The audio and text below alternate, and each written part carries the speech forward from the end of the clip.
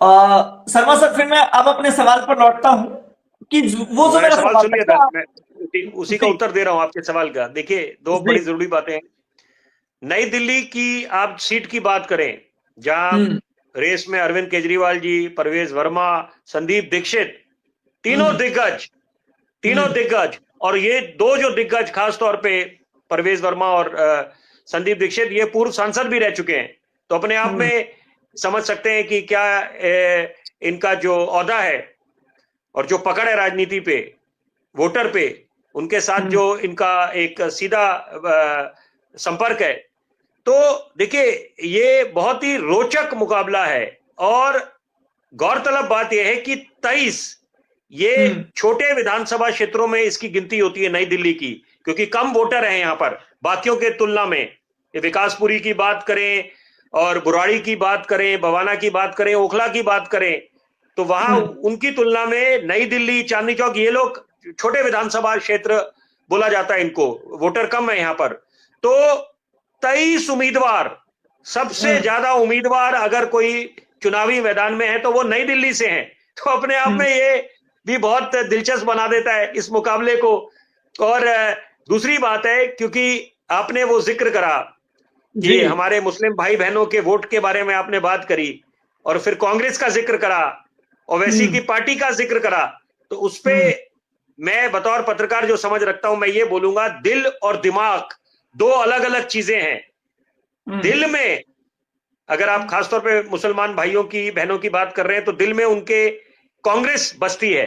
लेकिन अगर हम्म दिमाग से सोचेंगे, पहले जैसे देखा तो आम आदमी पार्टी को वोट दिया। तो यहां हम्म पर अब किस तरफ वो रुख करते हैं, देखिए वो तो वक्त तय करेगा। 8 फरवरी को स्थिति साफ होगी। हम्म लेकिन दिल और दिमाग की मैंने बात इसलिए जिक्र करी कि यहां हम्म पर ये ट्रेडिशनल जो वोट है, कि वो भरोसा उनका कांग्रेस पे हमेशा से रहा है।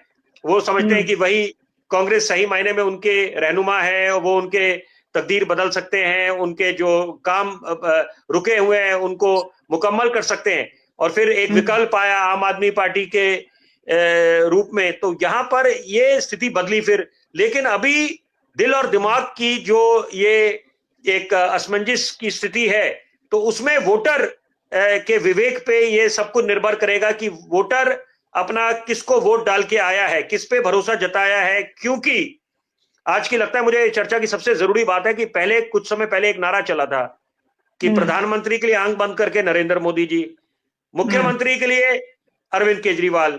लेकिन हम्म क्योंकि ये जो नूरा कुश्ती देखने को मिली दिल्ली वालों को, जो बड़ा दुर्भाग्यपूर्ण है, बड़ी चिंता की बात है। पत्रकार से पहले मैं दिल्ली वासी हूं, खुद दिल्ली का वोटर हूं। मेरे 90 वर्षीय पिताजी आज वोट डाल के आए, जोश हाई था, 7वें आसमान पर था।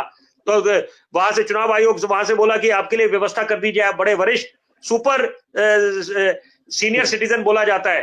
तो लेकिन उन्होंने मना कर दिया, उन्होंने बोला मैं खुद चल के जाऊंगा, जोश है मेरा, और मैं देखना चाहता हूं दिल्ली की नई तस्वीर। किसी को भी वोट डाला हो, लेकिन यहां पर आप खुद समझ सकते हैं कि सबकी अपेक्षाएं हैं। तो यहां पर जो नूरा कुश्ती देखने को मिली है, जो तकरार देखने को मिली है, और हम्म ये थमी नहीं 5 वर्ष, तो मुझे लगता है, और you can't clap with one hand, ताली कभी एक हाथ हम्म से बचती नहीं, उसके लिए जिम्मेदार मैं सबको बोलूंगा। लेकिन अब हम्म मुझे लगता है कि ये एक बहुत निर्णायक मोड़ पे आ गया है, क्योंकि चुनावी प्रक्रिया संपन्न हो गई है। कुछ ही हम्म घंटों में दिल्ली की तकदीर का फैसला होने वाला है। जी। जी। मानी सर, फिर मैं